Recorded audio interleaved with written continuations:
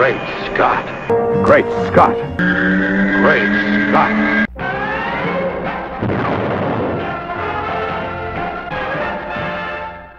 Hello everyone, and thanks for tuning in to another episode of Great Scott. I'm Scotty V. Thanks for watching. So it's come to fruition, what I had said and what any DCEU fan should have known from the start. If Justice League went well, it was going to be Hail Whedon, and if Justice League didn't go well, it was going to be that damn Zack Snyder, what a scum, he ruined our universe. It makes no sense. Some of the criticisms that are coming out, the reason Justice League failed is because people were turned off by Zack Snyder's previous efforts when each previous effort did better than the last. Man of Steel did pretty well, doubled its budget.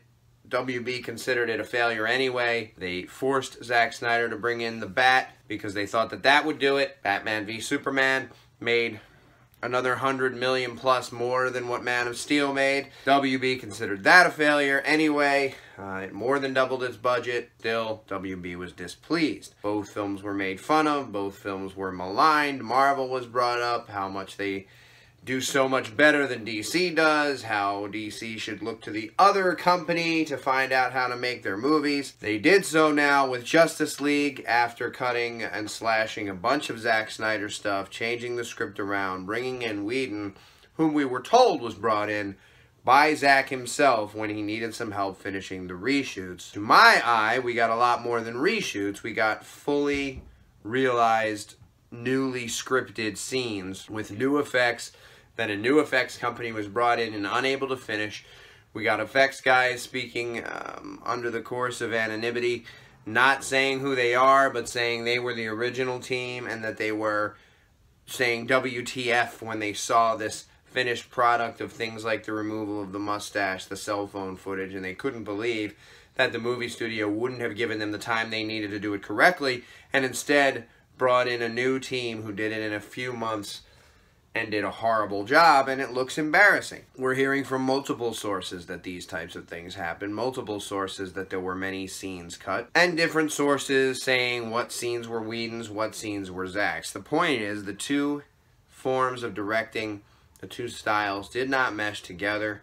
The movie was not well received. Neither were Man of Steel or Batman v Superman overall well received, but they did do much better. They did each get a respective sequel, Man of Steel getting Batman v Superman, and Batman v Superman getting Justice League. And we were meant to see a culmination of the story of the birth of a hero, that is Superman, then dying, then being reborn, and becoming the Superman we were all kind of waiting for him to become. I like seeing all of that come to fruition. So, as I said before, I was extremely disappointed that we didn't see it happen in Justice League. Instead, it just kind of was there. Oh, suddenly he's making pithy remarks about truth and justice, which is great.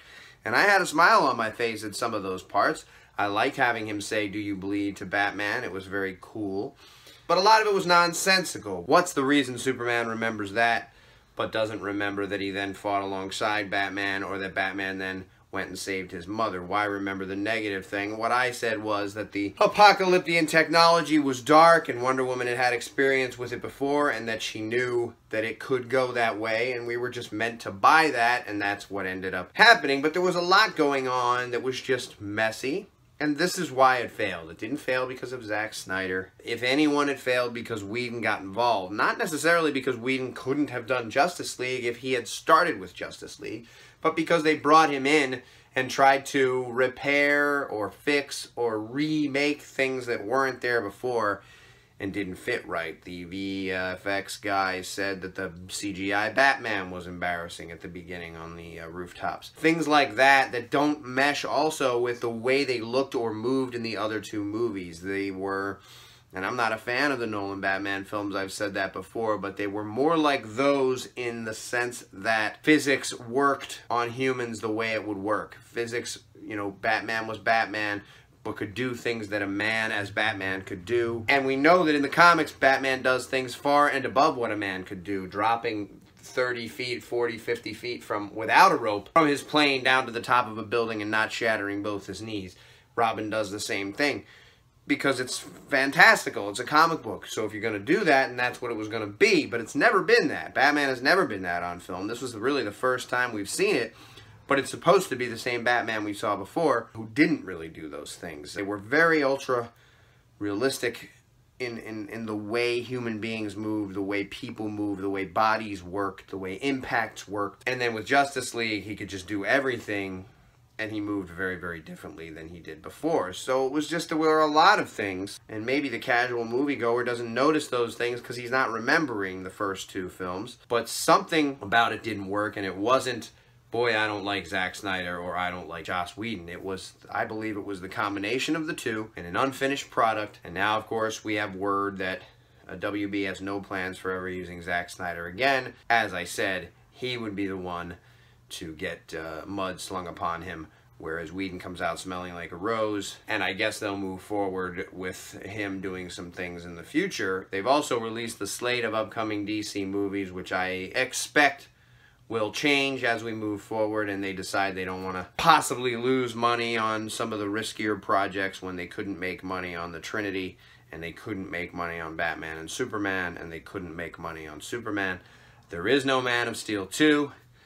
They may have decided that Superman clearly doesn't sell the tickets because we brought him back in all his glory in Justice League, and we didn't even make as much money as we made with the other two. So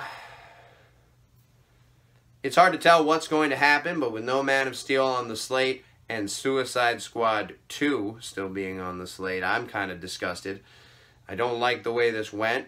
I don't know. I mean, I think it's the studio to blame, ultimately. Thanks, everybody, for watching, and remember, always look up in the sky, like I do. From the top of, neither were Batman,